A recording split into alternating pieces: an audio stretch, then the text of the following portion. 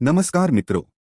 આજે ખેતીના ક્ષેત્રમાં જે પણ ઉન્નતિ દેખાઈ રહી છે તેના પાછળ બીજ, સિંચાઈ અને મશીનો સાથે સાથે સૌથી મોટું યોગદાન ફસલ પોષણ વિજ્ઞાનનું છે। પરંતુ દુર્ભાગ્યની વાત એ છે કે આજે પણ ખેતીમાં સૌથી વધુ ગેરસમજ ખાતર બાબતે જ જોવા મળે છે। કોઈ કહે છે કે અમુક ખાતર 3 દિવસમાં અસર કરે છે, કોઈ કહે છે કે રાસાયણિક ખાતરમાં અડધો કચરો હોય છે, કોઈ તેને ગોબરમાં ભેળવીને જૈવિક બનાવી દે છે, તો કોઈ દરેક સમસ્યાનો ઉકેલ ફક્ત સ્પ્રેમાં જ શોધે છે। આ બધા ભ્રમોના કારણે આજે ખેતરની જમીન થાકી ગઈ છે। ઉત્પાદન વધારવા માટે દર વર્ષે ખાતરની માત્રા વધારવી પડે છે અને તેમ છતાં ખેડૂત સંતોષ અનુભવી શકતો નથી। આ સમગ્ર વિષયને સાચી રીતે સમજવા માટે આપણે કોઈ એક ફસલ સુધી સીમિત રહી શકીએ નહીં, કારણ કે છોડનું પોષણ વિજ્ઞાન લગભગ તમામ ફસલોમાં એકસરખું કામ કરે છે। ઘઉં હોય, ભાત હોય, મકાઈ હોય, દાળ હોય, શાકભાજી હોય કે ફળના વૃક્ષો, બધા છોડને પોતાનું જીવનચક્ર પૂરું કરવા માટે કુલ 17 આવશ્યક પોષક તત્વોની જરૂર પડે છે। આ વાત આજે દુનિયાનો દરેક કૃષિ વૈજ્ઞાનિક માને છે અને આધુનિક ખેતી આ જ આધાર પર ટકી છે। આ 17 તત્વોમાંથી 3 તત્વ એવા છે જે છોડ પ્રકૃતિમાંથી સીધા મેળવે છે: કાર્બન, હાઇડ્રોજન અને ઓક્સિજન। કાર્બન છોડ હવામાંથી કાર્બન ડાયોક્સાઇડ રૂપે લે છે, જ્યારે હાઇડ્રોજન અને ઓક્સિજન મુખ્યત્વે પાણીમાંથી મળે છે। બાકી રહેલા 14 તત્વો છોડને જમીન અને પાણી દ્વારા જ લેવા પડે છે। અહીં એક ખૂબ મહત્વની વાત સમજવાની છે અને આ જ વાત ખેતીમાં સૌથી વધુ ગેરસમજ પેદા કરે છે। છોડ કોઈપણ તત્વને ત્યારે જ લઈ શકે છે જ્યારે તે તત્વ પાણીમાં દ્રાવ્ય હોય। નાઇટ્રોજન હોય, ફોસ્ફરસ હોય, પોટાશ હોય કે સૂક્ષ્મ તત્વ, જો કોઈ પદાર્થ પાણીમાં ઘૂલતો જ નથી તો તે છોડ માટે પોષક તત્વ ગણાતો નથી, ભલે તે કેટલો જ મોંઘો કેમ ન હોય। આ જ કારણ છે કે બજારમાં ઉપલબ્ધ તમામ રાસાયણિક ખાતરો કોઈને કોઈ માત્રામાં પાણીમાં દ્રાવ્ય હોય છે। દ્રાવ્યતા ઓહિવધુ હોઈ શકે, પરંતુ સંપૂર્ણપણે ન ઘૂલનારી વસ્તુ ખાતર બની જ શકતી નથી। આથી ખાતરના વિવિધ સ્વરૂપો જોવા મળે છે: પાવડર, દાણેદાર અને દ્રવ। આ સ્વરૂપો ખેડૂતોને ભ્રમિત કરવા માટે નથી બનાવાયા, પરંતુ છોડની જરૂરિયાત અને ખેતરની પરિસ્થિતિ મુજબ વિકસાવવામાં આવ્યા છે। ઉદાહરણ તરીકે, દાણેદાર ખાતર ધીમે ધીમે ઘૂલતું જાય છે જેથી છોડને લાંબા સમય સુધી પોષણ મળે, જ્યારે સંપૂર્ણપણે દ્રાવ્ય ખાતર ડ્રીપ કે સ્પ્રે માટે બનાવવામાં આવે છે જેથી તરત અસર દેખાય। સમ ત્યારે શરૂ થાય છે જ્યારે વૈજ્ઞાનિક જાણકારીની અછતનો લાભ લઈને કેટલાક લોકો અડધું-અધૂરું જ્ઞાન ફેલાવે છે। કોઈ કહે છે કે ફોસ્ફોરિક એસિડ ભેળવવાથી ખાતર તરત ઉપલબ્ધ થઈ જશે, કોઈ કહે છે કે રાસાયણિક ખાતરને ગોબરમાં ભીંજવી રાખવાથી તે જૈવિક બની જાય છે। કેટલાક તો અહીં સુધી કહી દે છે કે યુરિયામાં ફક્ત 46% જ યુરિયા હોય છે અને બાકી 54% કચરો હોય છે, જે રસ્તા બનાવવા ઉપયોગમાં આવે છે। જો આ વાત સાચી હોત તો શું કોઈ સરકાર, કોઈ કંપની અને કોઈ વૈજ્ઞાનિક સંસ્થા આંખ બંધ કરીને આ બધું થવા દેતી? હકીકત એ છે કે રાસાયણિક ખાતરમાં ઉમેરવામાં આવતા વધારાના પદાર્થો પાછળ પણ વૈજ્ઞાનિક કારણ હોય છે। ખાતરની તીવ્રતા ઘટાડવા, વજન નિયંત્રિત રાખવા અને જમીનના પર થતી અચાનક અસર રોકવા માટે તેમાં ચૂનાનો પથ્થર, જીપ્સમ, રેતી, માટી અથવા અન્ય નિષ્ક્રિય પદાર્થો ઉમેરવામાં આવે છે, જેને ફિલર્સ કહેવામાં આવે છે। જો ડીએપી અથવા કોઈપણ ખાતર 100% સક્રિય તત્વોથી બનેલું હોય તો તેનો ઉપયોગ કરવાથી ફસલ બળી શકે, એટલે ખાતરને સંતુલિત બનાવવું જરૂરી છે। ઉપરાંત ખાતરોની નિયમિત તપાસ દેશના દરેક રાજ્ય અને જિલ્લામાં થાય છે। સરકારે નક્કી કરી રાખ્યું છે કે કયા ખાતરમાં કેટલી માત્રામાં કયા પદાર્થો ઉમેરાઈ શકે, તેથી કંપનીઓ કચરો ભેળવી પોતાની ફેક્ટરી બંધ થવાનું જોખમ લે એ વિચાર સંપૂર્ણપણે અવૈજ્ઞાનિક છે। હવે ભઠ્ઠી ખાતર નામના ભ્રમ પર આવીએ। આ કોઈ નવો વિચાર નથી। જૈવિક ખેતીમાં જ્યારે ટ્રાઇકોડર્મા, માયકોરાઇઝા કે અન્ય જૈવિક કલ્ચર ગોબર ખાતરમાં ભેળવી ઢાંકી રાખીએ છીએ ત્યારે તેમની સંખ્યા વધે છે, કારણ કે ગોબર અને જૈવિક પદાર્થો સૂક્ષ્મજીવ માટે ખોરાક બને છે। આ જ સિદ્ધાંતને ખોટી રીતે રાસાયણિક ખાતરો પર લાગુ કરવામાં આવ્યો। લોકો કહે છે કે ડીએપી કે એસએસપીને ગોબર ખાતરમાં ભીંજવી રાખવાથી તેમાં રહેલા જીવાણુ ફોસ્ફરસને તોડી નાખશે અને તે તરત ઉપલબ્ધ થઈ જશે, પરંતુ આ તર્ક જમીન પર ટકતો નથી, કારણ કે ફોસ્ફરસની ઉપલબ્ધતા ફક્ત જીવાણુઓ પર નહીં, પરંતુ છોડ અને જીવાણુઓ વચ્ચેના કુદરતી સંબંધ પર આધારિત છે। ફોસ્ફરસ જમીનમાં સૌથી ઓછી ગતિ ધરાવતો તત્વ છે, કેટલાક સંશોધન મુજબ તેની ગતિ 1 સેન્ટીમીટરથી પણ ઓછી હોય છે। એટલે જો ફોસ્ફરસ મૂળ ક્ષેત્રથી થોડું દૂર રહી જાય તો છોડ તેને લઈ શકતો નથી। ઉપરાંત ફોસ્ફરસ જમીનમાં આયર્ન, કેલ્શિયમ, ઝિંક અને એલ્યુમિનિયમ સાથે પ્રતિક્રિયા કરીને અદ્રાવ્ય સંયોજન બનાવી લે છે।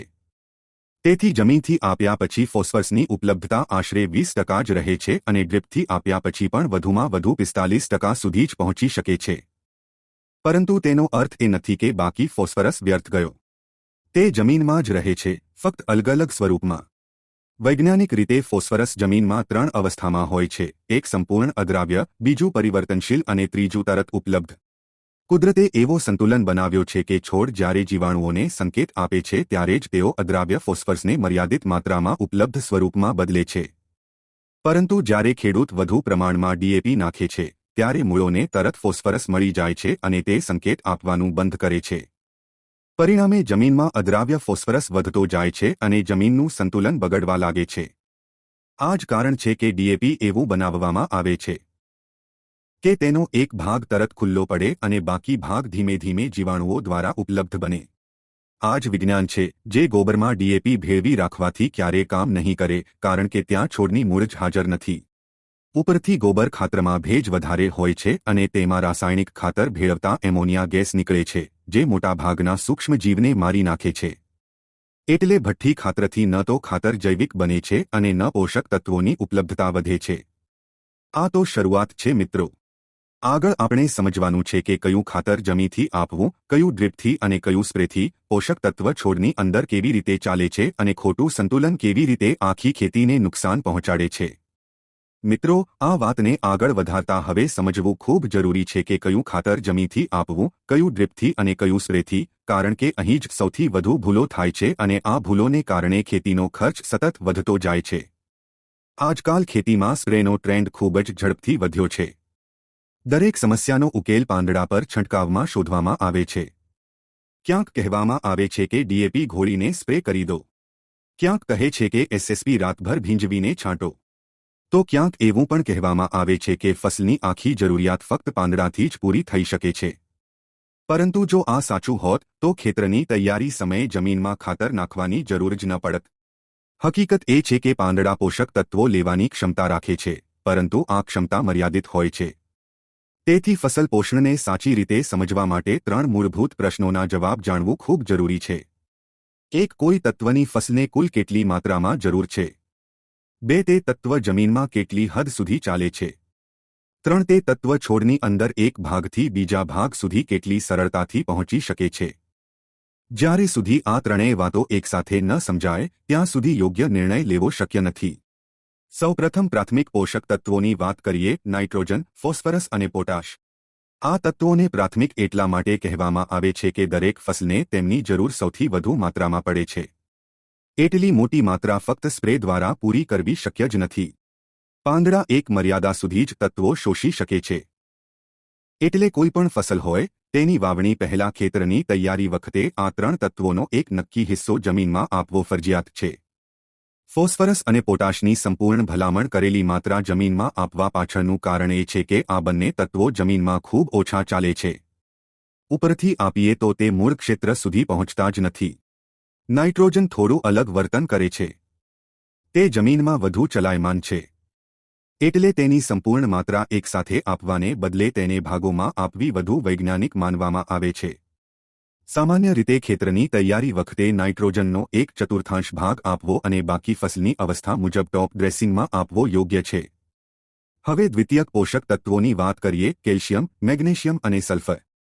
આ તત્વોની જરૂર પ્રાથમિક તત્વોની તુલનામાં ઓછી હોય છે, પરંતુ તેમની ભૂમિકા એટલી જ મહત્વની છે. તેમની કમીથી છોડની આંતરિક રચના નબળી પડે છે, પ્રકાશ સંશ્લેષણ પ્રભાવિત થાય છે અને ઉપજની ગુણવત્તા ઘટે છે. કારણ કે તેમની જરૂર ઓછી હોય છે, તેથી જો વર્ષમાં એકવાર જમીન દ્વારા આપી દેવામાં આવે અને પછી જરૂર પડે ત્યારે સ્પ્રેથી પૂરક પુરાઈ જાય તો ફસલની માંગ પૂરી થઈ શકે છે. પછી આવે છે સૂક્ષ્મ પોષક તત્વો: zinc, iron, manganese, copper, boron, molybdenum અને ક્લોરીન. તેમની જરૂર બહુ ઓછી માત્રામાં હોય છે, એટલે ઘણીવાર ફક્ત સ્પ્રે દ્વારા પણ તેમની પૂર્તિ શક્ય બને છે. ખાસ કરીને તે ખેતરોમાં જ્યાં નિયમિત રીતે જૈવિક ખાતર વપરાય છે, ત્યાં આ તત્વો પહેલેથી જ થોડી માત્રામાં હાજર હોય છે. આવી સ્થિતિમાં વારંવાર જમીનમાં નાખવાની ખાસ જરૂર રહેતી નથી. હવે બીજી મહત્વની વાત: જમીનમાં તત્વોની ચાલ. બધા તત્વો જમીનમાં એકસરખા નથી ચાલતા. કેટલાક તત્વો પાણી સાથે નીચે તરફ સરળતાથી વહે જાય છે, જ્યારે કેટલાક ત્યાં જ સ્થિર રહી જાય છે. નાઇટ્રેટ સ્વરૂપમાં નાઇટ્રોજન, સલ્ફેટ સ્વરૂપમાં સલ્ફર અને બોરોન આ તત્વો જમીનમાં સારી રીતે ચાલે છે. તેથી તેમને ટોપ ડ્રેસિંગ કે સિંચાઈ સાથે આપવું અસરકારક રહે છે. તેની સામે ફોસ્ફરસ, ઝિંક, આયરન, કોપર અને મેંગેનીઝ જેવા તત્વો જમીનમાં બહુ ઓછા ચાલે છે કે લગભગ સ્થિર રહે છે. જો તેમને સામાન્ય રીતે જમીનમાં નાખવામાં આવે અને મૂળ વિસ્તારથી થોડા દૂર રહી જાય તો છોડ તેને લઈ શકતો નથી. એટલે આવા તત્વો વાવણી સમયે મૂળ વિસ્તારમાં નજીક આપવા કે પછી પાંદડા પર સ્પ્રેથી આપવા વધુ યોગ્ય છે. અહીં એક વધુ મહત્વની વાત, આ સૂક્ષ્મ તત્વોના ચિલેટેડ સ્વરૂપો સામાન્ય સ્વરૂપની તુલનામાં જમીનમાં વધુ ચાલે છે. એટલે જો જમીનથી આપવું જરૂરી હોય તો ચિલેટેડ સ્વરૂપ વધુ અસરકારક બને છે. સામાન્ય સલ્ફેટ અથવા ઓક્સાઇડ સ્વરૂપમાં આપેલા તત્વો ઘણીવાર જમીનમાં જ ફિક્સ થઈ જાય છે. હવે ત્રીજી અને સૌથી વધુ અવગણવામાં આવતી બાબત, છોડની અંદર તત્વોની ગતિ. કોઈ તત્વ જમીનથી છોડમાં પ્રવેશી ગયું એટલે તે આખા છોડમાં સમાન રીતે ઉપલબ્ધ થશે એવું નથી. નાઇટ્રોજન, ફોસ્ફરસ, પોટાશ અને મેગ્નેશિયમ છોડની અંદર સારી રીતે ચાલે છે. જ્યારે તેમની કમી થાય છે ત્યારે છોડ જૂના ભાગમાંથી તત્વ ખેંચીને નવા ભાગમાં મોકલે છે. એટલે તેમની કમીના લક્ષણો સૌપ્રથમ જૂના પાંદડામાં દેખાય છે. તેની સામે આયરન, ઝિંક, મેંગેનીઝ, કોપર અને સલ્ફર છોડની અંદર ઓછા ચલાયમાન છે. એટલે તેમની કમી સૌપ્રથમ નવી પાંદડામાં દેખાય છે. કેલ્શિયમ તો આ બધાથી પણ અલગ છે. તે છોડની અંદર લગભગ ચાલતું જ નથી. જ્યાં એકવાર જમા થયું ત્યાં જ સ્થિર રહી જાય છે. તેથી કેલ્શિયમની કમી હંમેશા નવી પાંદડા, નવી ડાળીઓ, ફૂલો અને ફળોમાં દેખાય છે, જેમ કે ફળ ફાટવું, બ્લોસમ એન્ડ રોટ, નવી પાંદડા વળી જવી વગેરે, ભલે જમીનમાં કેલ્શિયમ હાજર હોય. આ સમજ પરથી સ્પષ્ટ થાય છે કે ડીએપી અથવા એસએસપી ઘોળીને સ્પ્રે કરવું વૈજ્ઞાનિક રીતે ખોટું કેમ છે. ડીએપીમાં રહેલા કુલ ફોસ્ફરસમાંથી ફક્ત થોડો જ ભાગ તરત દ્રાવ્ય હોય છે. બાકી ભાગ જમીનમાં જઈને ધીમે ધીમે ઉપલબ્ધ થાય છે. સ્પ્રે કરતા દ્રાવ્ય ભાગ તો પાંદડા પર જાય છે, પરંતુ બાકી ભાગ વ્યર્થ રહે છે, પૈસાનો પણ નુકસાન અને જરૂર પણ અધૂરી. એસએસપીમાં જીપ્સમ વધુ હોય છે, જે પાણીમાં ઘૂલતું નથી, એટલે તેનો સ્પ્રે પણ અસરકારક નથી. જો ફોસ્ફરસ પાંદડાથી જ આપવો હોય તો સંપૂર્ણ દ્રાવ્ય ફોલિયર ગ્રેડ ફોસ્ફેટ ખાતર વધુ યોગ્ય રહે છે. મિત્રો, આ છે તે મૂળભૂત વિજ્ઞાન જેને સમજ્યા વિના આજે ખેતીમાં અંધાધૂંધ પ્રયોગ થઈ રહ્યા છે. ક્યાંક જમીનથી આપવાની ખાતર સ્પ્રેથી આપવામાં આવે છે તો ક્યાંક સ્પ્રે માટેની વસ્તુ જમીનમાં નાખવામાં આવે છે. પરિણામે ન છોડને પૂરું પોષણ મળે છે, ન જમીનની તંદુરસ્તી બચે છે. આગળ આપણે સમજશું કે દેશમાં એનપીકેનું સંતુલન કેવી રીતે બગડ્યું, જમીનની ગુણવત્તા કેમ ઘટી રહી છે, જૈવિક અને રાસાયણિક ખાતરનો સાચો મેળ શું છે અને ફોસ્ફોરિક એસિડ જેવી વસ્તુઓ મર્યાદામાં જ કેમ વાપરવી જોઈએ. મિત્રો, આપણે હવે સમજી લીધું કે છોડને પોષક તત્વો કેવી રીતે મળે છે, કયું ખાતર જમીનથી આપવું, કયું ડ્રીપથી અને કયું સ્પ્રેથી, કયા તત્વો જમીનમાં ચાલે છે અને કયા નથી, તેમજ કયા તત્વો છોડની અંદર ગતિ કરે છે અને કયા નથી. હવે આ સમગ્ર વિશ્વનો સૌથી સંવેદનશીલ અને સૌથી વધુ નુકસાન કરતો મુદ્દો આવે છે અને તે છે પોષક તત્વોનું અસંતુલન. આજની ખેતીની સૌથી મોટી સમસ્યા અહીંથી જ શરૂ થાય છે. જો આપણે છેલ્લા કેટલાક દાયકાનો ડેટા જોઈએ તો સ્પષ્ટ દેખાય છે કે પહેલા જેટલી ખાતરથી ફસલ મળી જતી હતી, આજે તેની કરતાં ઘણી વધુ માત્રામાં ખાતર નાખવું પડે છે, છતાં પણ ઉપજ સંતોષકારક મળતી નથી. તેનું કારણ એ નથી કે આજની ખાતર નબળી થઈ ગઈ છે, પરંતુ તેનું મુખ્ય કારણ એ છે કે જમીનનું પોષણ સંતુલન બગડી ગયું છે. એક સમય એવો હતો જ્યારે આપણા દેશમાં નાઇટ્રોજન, ફોસ્ફરસ અને પોટાશનો અનુપાત લગભગ સંતુલિત માનવામાં આવતો હતો. તે સમયે જમીનમાં જૈવિક પદાર્થોની માત્રા પણ સારી હતી અને સૂક્ષ્મજીવોની સક્રિયતા પણ ઊંચી હતી. પરંતુ જેમ જેમ ખેતીમાં ફક્ત રાસાયણિક ખાતર પર આધાર વધતો ગયો, તેમ તેમ આ સંતુલન તૂટતું ગયું. સૌથી વધુ ઉપયોગ નાઇટ્રોજનનો થયો કારણ કે તેનો અસર તરત દેખાય છે. ફસલ લીલી ચમકતી લાગે છે અને ખેડૂતને લાગે છે કે ઉત્પાદન વધી રહ્યું છે. પરંતુ જ્યારે નાઇટ્રોજન જરૂરથી વધુ થઈ જાય છે ત્યારે તે જમીનમાં રહેલા અન્ય તત્વોની ઉપલબ્ધતા ઘટાડે છે, ખાસ કરીને ઝિંક, સલ્ફર, આયરન અને મેંગેનીઝની. આ જ કારણ છે કે આજે લગભગ દરેક વિસ્તારમાં આ તત્વોની કમી સામાન્ય બની ગઈ છે. આજની પરિસ્થિતિ એવી છે કે ઘણી જમીનમાં કુલ ફોસ્ફરસની માત્રા બહુ વધારે છે, છતાં છોડને ઉપલબ્ધ ફોસ્ફરસ બહુ ઓછો છે. ખેડૂત દર વર્ષે ડીએપી નાખતો જાય છે, છતાં ફસલ જવાબ આપતી નથી. કારણ કે ફોસ્ફરસ જમીનમાં એવા સ્વરૂપમાં સંગ્રહાઈ ગયો છે જેને છોડ લઈ શકતો નથી. વધુમાં વધુ ફોસ્ફરસ આપવાથી આયરન અને ઝિંકની ઉપલબ્ધતા વધુ ઘટી જાય છે અને અસંતુલન વધી જાય છે. આ સમગ્ર અસંતુલન પાછળનું સૌથી મોટું કારણ છે જૈવિક પદાર્થોની અછત. જમીન ફક્ત રેતી, ગારા અને માટીનું મિશ્રણ નથી, જમીન એક જીવંત તંત્ર છે. તેમાં કરોડો સૂક્ષ્મ જીવ રહે છે, જે પોષક તત્વોને ઉપલબ્ધ બનાવવામાં મુખ્ય ભૂમિકા ભજવે છે. જ્યારે આપણે સતત ફક્ત રાસાયણિક ખાતર આપીએ છીએ અને ગોબર ખાતર, કમ્પોસ્ટ, પાક અવશેષો અથવા લીલી ખાતરને અવગણીએ છીએ, ત્યારે આ સૂક્ષ્મજીવ ધીમે ધીમે નષ્ટ થવા લાગે છે. પરિણામ એ થાય છે કે જમીનમાં પોષક તત્વો હોવા છતાં પણ તે છોડ સુધી પહોંચતા નથી. આ જ કારણ છે કે આજે વૈજ્ઞાનિકો સ્પષ્ટ કહે છે કે ફક્ત રાસાયણિક કે ફક્ત જૈવિક, બંનેમાંથી કોઈ એક રસ્તો ટકાઉ નથી. સાચો રસ્તો છે સંતુલનનો. રાસાયણિક ખાતર છોડની તાત્કાલિક જરૂર પૂરી કરે છે, જ્યારે જૈવિક ખાતર જમીનની તંદુરસ્તી લાંબા સમય સુધી જાળવી રાખે છે. જ્યારે બંનેનો યોગ્ય સંયોજન થાય છે, ત્યારે જ ફસલ તેની સંપૂર્ણ ક્ષમતા સાથે ઉત્પાદન આપે છે. આ સંદર્ભમાં એક વધુ મોટો ભ્રમ છે ફોસ્ફોરિક એસિડનો ઉપયોગ. આજકાલ ઘણા સ્થળે કહેવામાં આવે છે કે ફોસ્ફોરિક એસિડ સીધું ખેતરમાં કે ડ્રીપથી આપવાથી ફોસ્ફરસની કમી તરત દૂર થઈ જાય છે. પરંતુ બહુ ઓછા લોકો કહે છે કે ફોસ્ફોરિક એસિડનું એનપીકે અનુપાત 0.520 છે અને તેનું વર્તન અન્ય ફોસ્ફરસ ખાતરોથી બિલકુલ અલગ છે. ફોસ્ફોરિક એસિડ જમીનના પર ખૂબ ઝડપથી અસર કરે છે. જો તેનો સતત ઉપયોગ કરવામાં આવે તો જમીનની જૈવિક રચનાને ગંભીર નુકસાન થઈ શકે છે. તેનું મુખ્ય ઉપયોગ ખાદ્ય ઉત્પાદન ઉદ્યોગમાં કાચા માલ તરીકે થાય છે, જેમાંથી ડીએપી, એમએપી અને ટીએસપી જેવી ખાતર બને છે. તેને રોજબરોજની ખાતર તરીકે વાપરવું ન તો સુરક્ષિત છે અને ન તો લાંબા ગાળે ટકાઉ. તેના સતત ઉપયોગથી સૂક્ષ્મજીવો પર ખરાબ અસર પડે છે અને જમીનની દીર્ઘકાલીન ઉત્પાદન ક્ષમતા ઘટી જાય છે. આજની ખેતીમાં એક વધુ ખતરનાક પ્રવૃત્તિ જોવા મળે છે ઇન્ટરનેટ અને યુટ્યુબ પરથી સાંભળેલી વાતોને તપાસ્યા વિના સીધી ખેતરમાં લાગુ કરવી. એક વિડિયો જોયો અને બીજે જ દિવસે આખા ખેતરમાં પ્રયોગ કરી નાખ્યો. પરંતુ ખેતી કોઈ તાત્કાલિક પ્રયોગશાળા નથી. અહીં એક ખોટા નિર્ણયની અસર વર્ષો સુધી જમીન પર રહે છે. દરેક જગ્યાની માટી, પાણી, હવામાન અને ખેતી પદ્ધતિ અલગ હોય છે. એટલે એક જગ્યાની સલાહ બીજી જગ્યાએ હંમેશા યોગ્ય હશે જ એવું નથી. કોઈ પણ નવી રીત અપનાવતા પહેલા કૃષિ વૈજ્ઞાનિક કે કૃષિ વિભાગની સલાહ લેવી ખૂબ જરૂરી છે. જો ખેતીને ખરેખર ટકાઉ બનાવવી હોય તો ફક્ત ડીએપી અને યુરિયા પૂરતું નથી.